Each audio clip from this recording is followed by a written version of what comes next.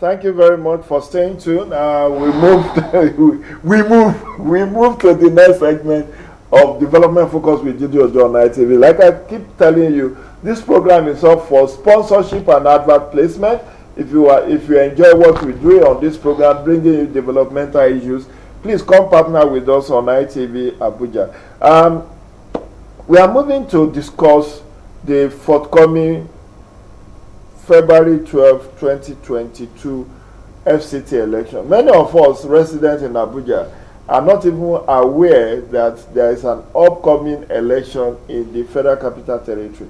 And I've brought somebody here who will tell us about what she's been doing to mobilize women to effectively and efficiently participate in the forthcoming area council election in Abuja. And she's no other person than a very big madam, in the Independent National Electoral Commission.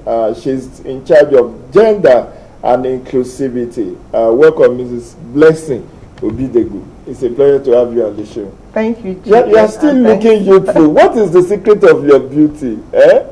You're ageless. Since I knew you over 20 years, you've almost remained same. It's a pleasure to have you on the show. Thank you.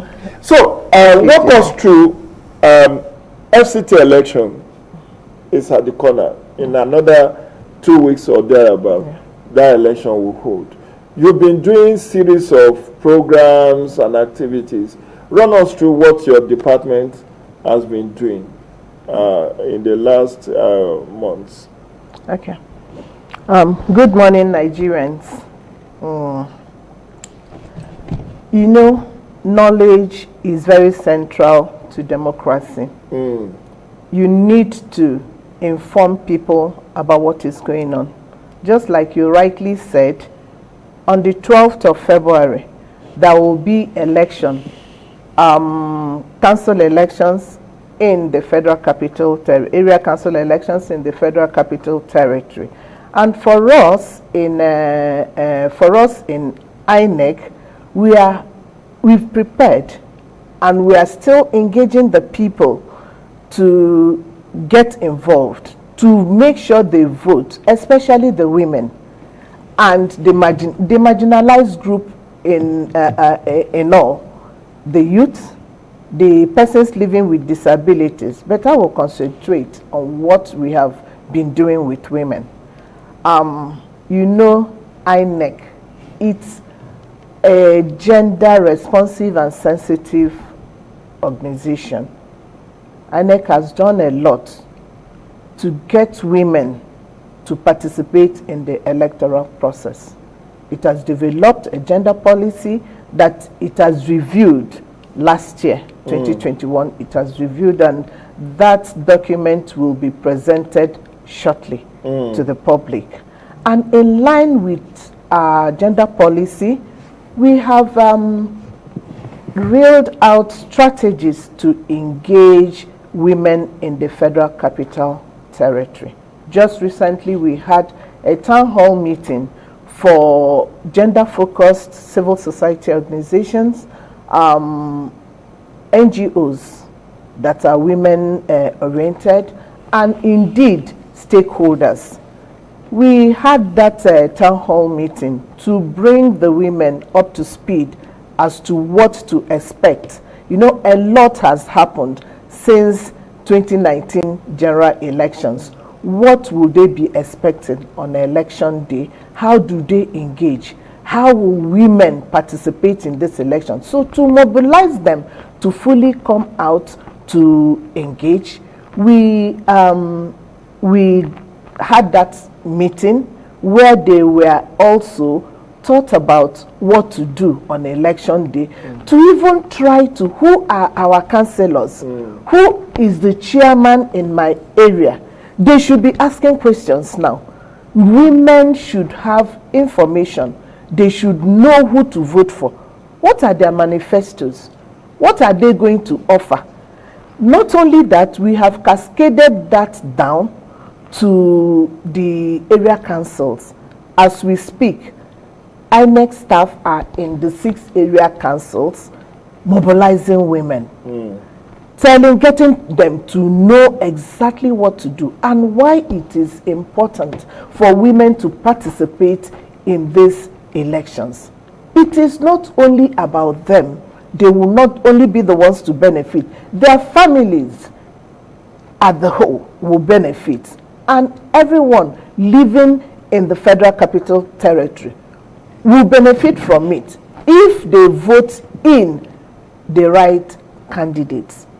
Just like I'm here now, we are also engaging the television, in televisions and radios. We are having programs, television and radio programs, getting people, and more of the radio, because radio goes further down to the grassroots. And we want to have a robust grassroots campaign so that women will come out and vote. Okay.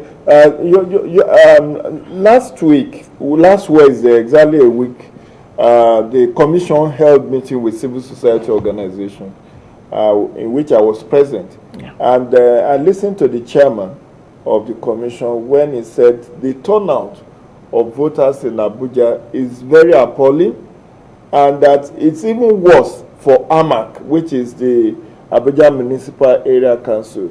Have you done the actual mapping as to know where to concentrate more energy? Because if by what the chairman said that less than 10% of people residing in the urban centers around the Abuja Municipal Area Councils are ever going to vote, what are you doing different from what has been done in the past to target women in AMAC to ensure that they also turn out en masse on February 12th? Well, thank you. There's this thing we call door-to-door peer engagement. Our staff are also out there trying to engage people. We've always had issues with getting people in the urban centers to vote. Why is that so? It is so big. We have also tried to engage the professional bodies, the educated ones, so to speak. And you find out that they are always so busy. Some of them on elections day, they are in their houses watching televisions and the rest of them. And we are telling them that you are also involved. It is our own collective responsibilities. You should come out. Many of those people don't even know who their chairmen are. They don't even know where the council offices are. They don't know their councillors. Then how do you begin to engage? If there's anything that happens, how do you do it?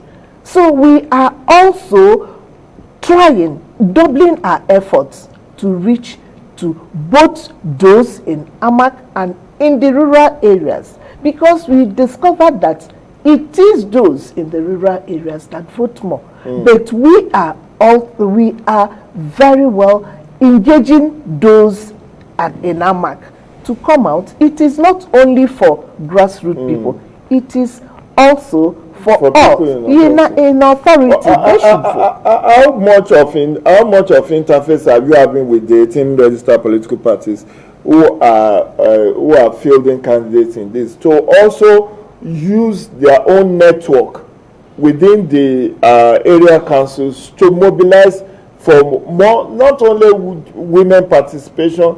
We do know from records that more women vote at elections than men do. But are you in any way interfacing with the political party offices to say, this is your core responsibility, don't leave it to INEC to do voter mobilization? You also have a stake in all of this. Have you had any town meetings or any collaborations with the parties? Okay. Before the preparation for the council elections, we have always been engaging political parties on issues around women participation in elections. There is need to give more women a chance to contest elections. There is even to be part of their executive. Exactly. Yes, to be part of the executive, because if they don't know, like I told you, knowledge is central. If they don't have information, they will not come. But if they know that this one will benefit them, the sensitization, voter education is not only for INEC, it is for all stakeholders. And that is why you see civil society organizations going out to sensitize people. Political parties should also sensitize people in their platforms. Let them know that they should be involved. Explain to them the importance of participating, strengthen their capacity. That is what we keep telling them. But you find out that in most cases, they don't do it. But we will not relent. We will still let them know the importance of having everybody on board. Okay, can you speak quickly to what you are doing? Since you are in charge of gender and inclusivity, the other vulnerable groups, you did mention in passing PWDs. What are you doing also to support and mobilize the persons with disability community to also be involved in the area council elections? Just like we are mobilizing women, we're also putting things in place for persons with disabilities. We are showing them, now Commission has started using Braille guides for the visually impaired. Yes, and we also we use magnifying glasses as well. For the person with albinism. Albinism and also visually impaired. We educate them. We train the sign language interpreters on how to interpret this. So there are also a robust engagement with this group of people. We've had like 3-4 engagements since this thing started, and they are quite happy because now there are so many things they are explained that they didn't understand before, and you know that there is priority voting for all these groups of people, women with children, pregnant women, persons with disabilities, the aged, and the once they come, they have priority voting because we have trained our adult staff to have them when they come, to give them priority. So that will also help them. For the youths, we also engage in the youths on violent-free elections. You don't need to fight. Election is not war. You can do things the right way. And we are sensitizing them. Come out, vote. Don't be used as instruments of destabilization. Because this is your own country. This is your own election. Mr. Big David, I have a little worry as we round up on this segment. The commission established additional over 1,000 polling units in FCT, from 870 to over 2,000. Access, in order to widen access of voters to the polling unit. How much education has the commission offered to this, to the electorate as to where to collect their PVCs and the need for them to collect their PVCs, as well as, their new polling units? The chairman last Wednesday was explaining to us about, I don't know the actual figure now, where there will be no election at all, yes, because there are no voters there. So how do people know their new voting or polling units, so that even when they turn out next on the day of election, they are not going to the wrong places and then get frustrated from voting? This is a campaign the commission has been carrying out. You remember, even before this last meeting with CSOs, commission has brought out the names of these polling units, the new ones and the old ones. And our FCT office, our Federal Capital Office, it's always on the news, radio, television, even moving around. In our offices, you will have it, But you see, the problem is you can only take a horse to the river. You cannot force the horse to drink. We are doing all we can. Just like you also said, political parties should also be involved. Let them get their people. This election is for us. It's for all of us. This is what you need to do. INEC has said this ABC. Let them run with the information we have given. Information is key, like I said. If they have that information, they will know what. And they have already received copies of the new voters register. So they should use that to educate their people as to those who want to know where they are going to vote on February 12th. This is the new register. This is where you are going to be voting. Anyway, I wish you very much success. Any last word as we part on this program this morning? Yes, what I want to say, I'm encouraging the marginalized groups, the women, the persons with disabilities, the youths, to come out en masse to vote. Like 2019 general elections, the turnout for women was so low, 36% turned out of 201 people with female registrants, out of 600 and something. That is poor. We believe with the massive campaign we are doing now, more people will come out to vote on election day, and that I'm assuring them that the commission will do everything within its power to support and encourage the marginalized groups to be part of the electoral process.